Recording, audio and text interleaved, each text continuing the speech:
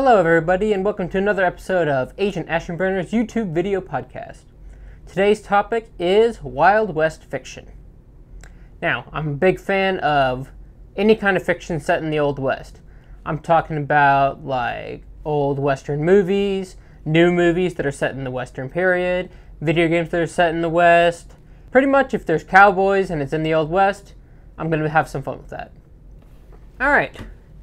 So first, let's go ahead and highlight a few works of Western fiction that I think are cool. And of course, when I say Western fiction, I'm referring to stuff that is set back in, back in the Old West. You know, the American Old West. I believe the time period is like around, I don't know, probably the I don't know when exactly it started, but it's like, 1800s, pre-World War I, that era, And of course, the kind that's been, fictionalized and stylized as, revolvers and bandits and sheriffs defending small towns and all that stuff like that. So, some of my favorites are probably, let's see.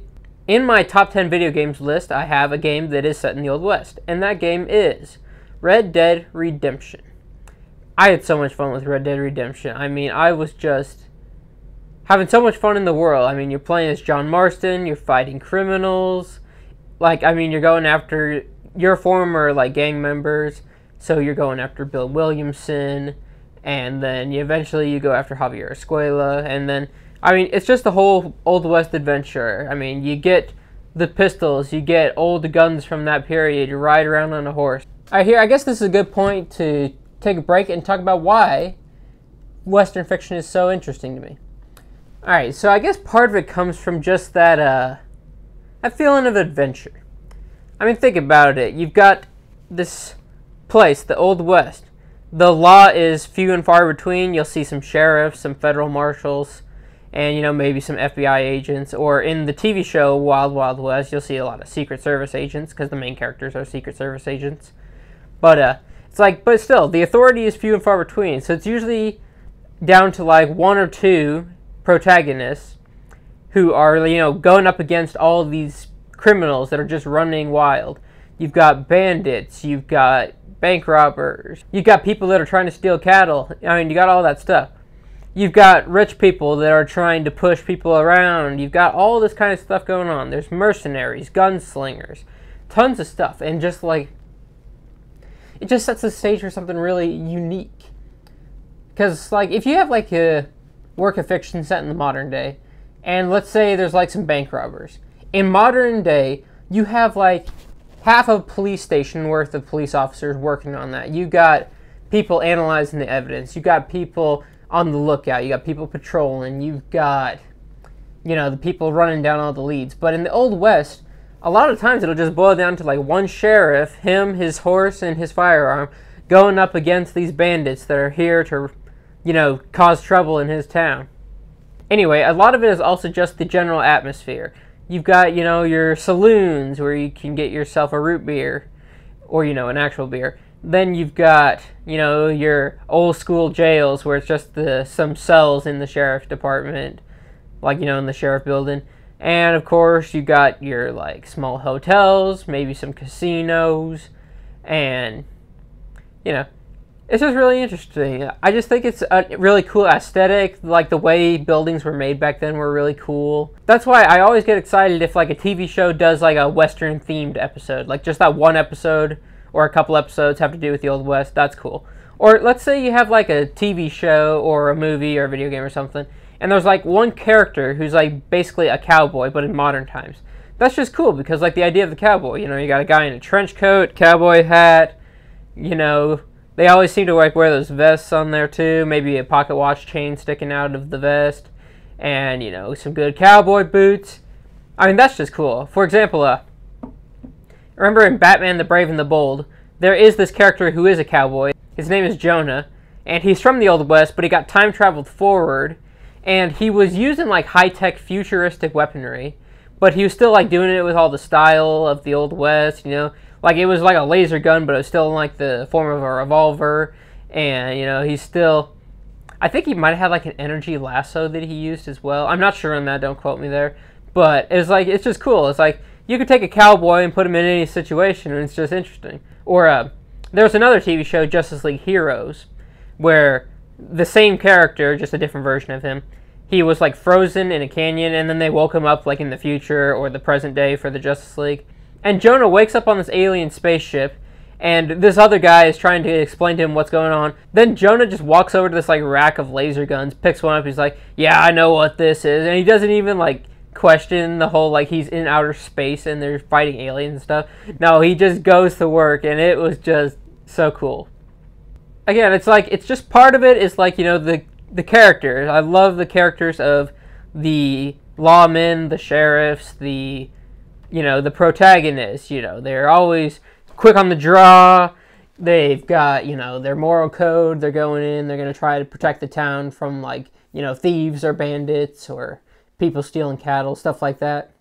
There's also some unique villains. There's, like, you know, sometimes there's the rich people who are up to no good, trying to, like, you know, mess with all the poor people, you know, take their land and stuff like that. Then, of course, you always got, like, the bandits, you know. You got the face masks on, they're robbing trains. You know, they're just doing whatever they want to do because there's not as much law around to stop them. That's why you gotta have that one protagonist to keep them in check. I mean, one of the really cool things, you've got the mysterious character, you know, that one super badass sheriff guy, or you got that one badass gunslinger, you know, you don't know anything about his past. He just comes into town, and, you know, for whatever reason, he gets caught up in the situation, and then you get to just see his skill. Some examples are Shane from the movie Shane. He's a guy who comes into town. He starts working for this local guy as like a ranch hand, and secretly, this Shane guy is just a badass former gunslinger. And then because of these guys causing trouble in town, he eventually has to come in and, you know, he gets back into the gunslinging thing, and he takes down these bad guys, and then he rides off into the sunset. And then, from one of my favorite movies ever, Tremors 4, The Legend Begins. That is a movie set in the Old West, and there's this, like, you know, mercenary, badass gunslinger guy, and he gets hired in to take down these giant worm monsters, which, I'm going to elaborate in Tremors 4 in a bit, but, so then this guy, you know, he's super mysterious. This guy's like the mercenary type. He's all gruff, he's only in it for the money, but, you know, you can tell he's super skilled, and he tries to, like, educate the main character of the movie. This one guy has no combat skill whatsoever. He's pretty scared of this kind of thing, and he's, like, trying to teach him how to shoot and stuff. And that was interesting, which, alright, so let's take this opportunity. We're going to talk about Tremors 4.